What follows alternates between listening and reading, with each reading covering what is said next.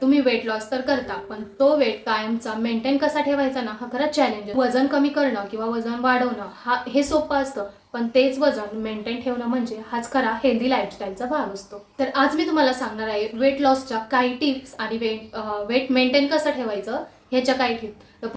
तर हाय, I am Pragya आणि आज मी तुम्हाला सांगणार आहे की आपण वेट मेंटेन कसं ठेवू शकतो आणि वेट लॉसच्या काही टिप्स.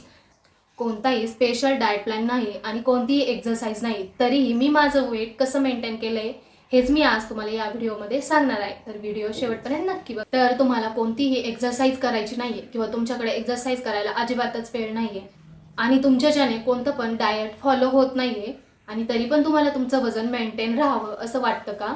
जर हो, तर हा व्हिडिओ तुमच्यासाठी आहे. तुम्हाला सांगणार आहे 10 अशा हॅबिट्स ज्या तुम्ही फॉलो केला तर तुम्ही नक्कीच तुमचं वजन मेंटेन ठेवू शकता, ते पण एक्सरसाइज न करता किंवा कोणतेही डाएट प्लॅन फॉलो न करता. आज आपण बोलणार आहोत रिअलिस्टिक वेट मेंटेन हॅकबद्दल. तर नंबर 1, पोर्शन कंट्रोल. वेट वाढण्याचं सगळ्यात मोठं कारण म्हणजे जास्त खाणे. डाएट न करता वजन कमी करायचं असेल तर प्लेट कमी करा, फूड नाही. एक छोट्या प्लेटमध्ये खा, 100% पोट भरू नका, 70 ते 80%च खा, 20% पोट रिकामं राहू द्या. तर हा छोटासा जो चेंज आहे तो मेटाबॉलिझम जो असतो ना तो रिसेट करतो. आता माझं वजन जे आहे ना ते आहे 47 किलो आणि माझं वजन हे नेहमी ना 46-47 या दोन रेंजमध्येच असतं. ते 45च्या आतमध्ये पण कधी जात नाही आणि ते 50च्या पुढे पण कधी जात नाही. कारण आहे ना मी कोणतं डाएट पण फॉलो नाही करत. मला एक्सरसाइज करायला पण नसतो टाइम एवढा. सो मी ते ना मेंटेन केलं आहे. तर नंबर 2, मील टाईम जो आहे ना तुमचा, दुपारचा असेल, रात्रीचा असेल किंवा ब्रेकफास्ट, हे तुम्ही टायमिंगवर करा. तुम्ही काय खाताय यापेक्षा महत्त्वाचं आहे की तुम्ही कधी खाताय ते.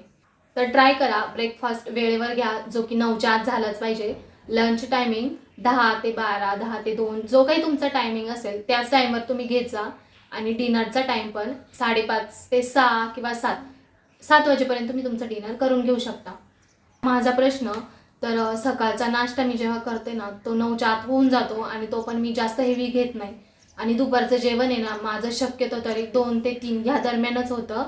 मी रोज 2 ते 3 या दरम्यानच जेवण करते. जर कधी कधी जर असं वाटलं की थोडं काही काम आहे तर लेट होतं किंवा थोडं लवकर होतं, पण 2 ते 3 मध्ये माझं जेवण होऊन जातं. संध्याकाळचा प्रश्न राहिला तर संध्याकाळी मी लवकर स्वयंपाक करते, नाही तर मी कधी कधी संध्याकाळचं जेवण पूर्णपणे स्किप करते. मी कधी कधी संध्याकाळी जेवण पण नाही करत, फक्त पाणी पित राहते.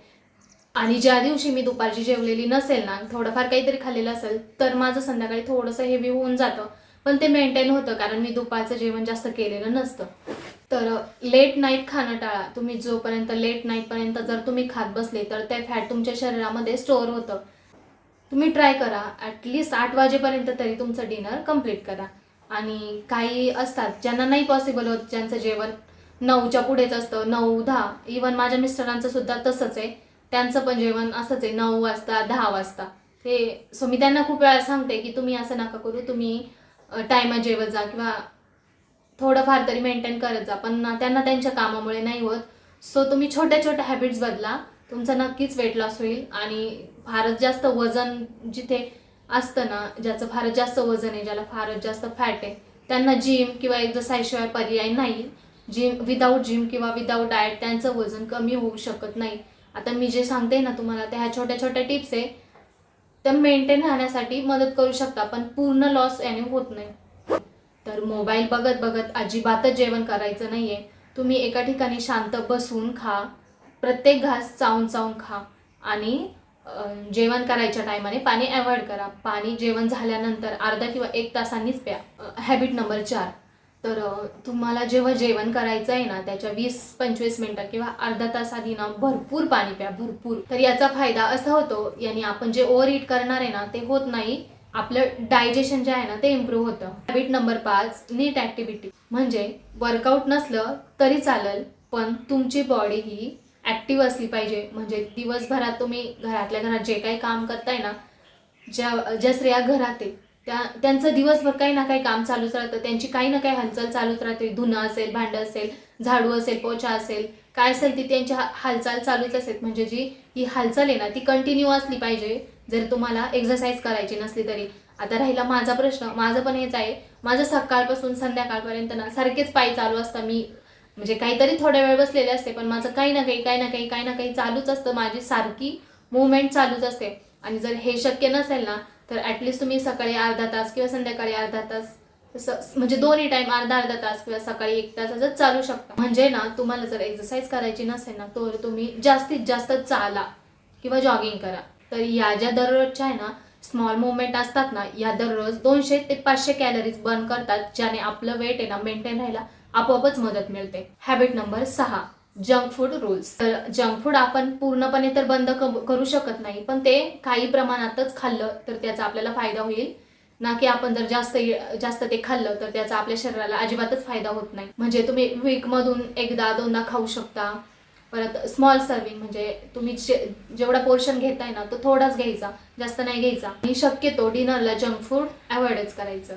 आणि माझा जो जंक फूड खाण्याचा पोर्शन आहे ना, तो अगदीच 5%. म्हणजे मी 95% तरी घरी बनवलेलं जेवण जेवते आणि 5% बाहेरचं होऊन जातं. त्यामुळे त्याचा इफेक्ट माझ्या वजनावर तर अजिबात होत नाही. आणि माझं वजन जे आहे ना, मागच्या 1.5 ते 2 वर्षापासून 46-47 ह्या 2 रेंजमध्येच थांबलेलं आहे. ते नाही वाढत पण नाही आणि ते कमी पण होत नाही. आणि मला असं वाटतं ना, ह्या सगळ्या हॅबिट्समुळेच माझं वजन मेंटेन आहे. तर मी पण आहे ना जंक फूड खात नाही असं नाही, मी पण बऱ्यापैकी खाते, पण मी ते थोडं मेंटेन ठेवते, किती खायचं किती नाही.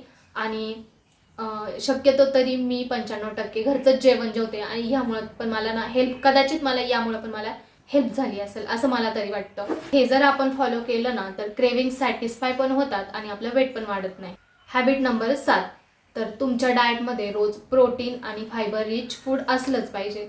म्हणजे डाएट प्लॅन नकोय, पण तुमच्या प्लेटमध्ये ह्या ज्या 2 गोष्टी आहे ना, त्या नेहमी असायलाच हव्या. प्रोटीनमध्ये जर तुम्ही नॉनव्हेज खात असाल तर एक चिकन चालेल. आणि जे नॉन व्हेजिटेरियन आहे ना, त्यासाठी पनीर, दही, डाळ. आणि दुसरं म्हणजे फायबर, त्यामध्ये सॅलड, फ्रूट आणि व्हेजिटेबल. आता व्हेजिटेबल त्या ॲड असतातच, मेथीची भाजी असेल, पालकची भाजी, शेपूची भाजी, हिरव्या पालेभाज्या ॲड असतातच. आणि सॅलडमध्ये काय येतं, काकडी, गाजर, बीटरूट हे जर ॲड केलं ना, तर याचा फायदा होतो. याने काय होतं, हे जर खाल्लं ना तर तुम्हाला लवकर भूक लागत नाही. सॅलड जर ॲड केलं तर लवकर भूक लागत नाही. नंबर 8 आहे स्लीप डिसिप्लिन. हो, झोप. तुमची झोप कमीत कमी 6 तासापेक्षा जास्त होणे ही गरजेचीच आहे. तुमची झोप आहे ना 6 तासांपेक्षा कमी असेल ना, तर तुमच्या फूड क्रेविंग्ज वाढतात. तर दररोज 7 ते 8 तासांची झोप ना, हे तुमचं आहे ना फूड क्रेविंग्ज आहे ना, हे ब्रेक करते. माझं होऊन जातं, म्हणजे मी जरी 12ला जरी झोपले ना, तरी माझी 7 तासाची झोप जी आहे ना, ती कंप्लीट होऊन जाते. म्हणजे मी कधीही झोपले ना, मी माझी 7 तासाची झोप आहे ना कंप्लीट करतेच, तेव्हाच उठते. आणि जर लवकर झोपले तर त्याचा फायदाच आहे. सो तुम्ही 7 ते 8 तासांची पुरेशी झोप घ्या. हॅबिट नंबर 9, तर तुम्हाला तुमचा स्ट्रेस पूर्णपणे कंट्रोल करायचा आहे. जर तुम्हाला स्ट्रेस जास्त असेल ना, तर तुमची बॉडी ना कॉर्टिसॉल रिलीज करते आणि ते तुमच्या शरीरात फॅट म्हणून जमा होतं आणि त्यानेच बेली फॅट वाढतं. हो, तुमचं बेली फॅट जे वाढतंय ना, तर ते दुसरं तिसरं कशाने नाही, तुम्ही जो काही स्ट्रेस घेताय ना त्याने वाढतंय. आणि राहिला परत माझा प्रश्न, तर हो, थोडाफार स्ट्रेस येणं साहजिकच आहे, प्रत्येकालाच येतो. आणि माझी पूर्ण बॉडी जरी मेंटेन असली ना, तरी माझं पोटाची चरबी ती मेंटेन नाही होत. ती मेंटेन तेव्हाच होऊ शकते जेव्हा एक्सरसाइज कराल किंवा तुम्ही जे स्ट्रेस आहे ना, स्ट्रेस कमी घ्या, तेव्हा तुमची पोटाची नक्कीच कमी होऊ शकते. आता मी सगळं काय करते, माझी बॉडी मेंटेन राहते, माझं वजन पण मेंटेन राहतं, पण माझी पोटाची चरबी मेंटेन नाही होऊ राहिली. त्याचं कारण हेच असेल कदाचित, स्ट्रेस. सो तरी मी जास्त नाही घेत, थोडाफार प्रत्येकाला येतोच. आणि जर तुम्हाला पोटाची चरबी कमी करायचीच असेल तर तुम्ही घरातल्या घरात पण आहे ना, काही अशा 9-10 एक्सरसाइज आहे पोटाच्या चरबीसाठी, ज्याने तुम्ही पोटाची चरबी कमी करून घेऊ शकता. म्हणजे घरीच एक्सरसाइज करून जिमला जाण्याची गरज नाही किंवा काही डाएट करायची पण गरज नाही. फक्त तेलकट कमी खा, गोड कमी खा, एवढंच. 10 मिनिटांचं मेडिटेशन वगैरे हे पण तुम्ही ट्राय करू शकता. मेडिटेशनने पण खूप जास्त फरक पडतो. हॅबिट नंबर 10, तुमची गट हेल्थ जी आहे ना ती स्ट्रॉंग ठेवा. ॲसिडिटी, कॉन्स्टिपेशन किंवा ब्लॉटिंग असेल ना, तर याने वेट वाढतं. सो ह्या गोष्टी ना तुम्ही वेळेतच मेंटेन करा, वेळेतच त्याच्यावर उपचार घ्या. तर तुमची गट हेल्थ जी आहे ना ती स्ट्रॉंग ठेवण्यासाठी ना तुम्ही गरम पाणी प्या, सकाळी उठल्यानंतर दही खा, घरचं जेवण जेवा. अजवाईन वॉटर, म्हणजे अजवाईन रात्री भिजत घालायचे आणि सकाळी ते गरम करून तुम्ही ते पाणी प्या. फ्रूट्स ॲड करा, व्हेजिटेबल्स ॲड करा तुमच्या जेवणामध्ये. आणि मोस्ट ऑफ घरचंच जेवण करा, बाहेरचं कमीच करा. जर तुमची बॉडी हेल्दी असेल तर तुमचं वेट नॅचरली मेंटेन राहण्यास मदत होते. बऱ्याच जणांना वेट मेंटेन करणं किंवा वेट लॉस करणं हे खूप हार्ड वाटतं, तर ते खरंच हार्ड नाहीये, ते टॉर्चर नाहीये. ते बॅलन्स ठेवायला आपण शिकलो ना तर सगळ्या गोष्टी आपोआप मेंटेन राहतात, मेंटेन राहण्यास मदत होते. आता चला पटपट कमेंट करून सांगा की या हॅबिट्सपैकी तुम्ही कोणती हॅबिट आहे जी आजपासून तुम्ही फॉलो करणार आहेत.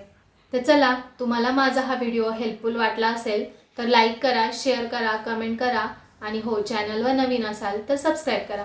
आपण भेटूया पुढच्या अशाच इंटरेस्टिंग नवीन व्हिडिओमध्ये. तोपर्यंत बाय.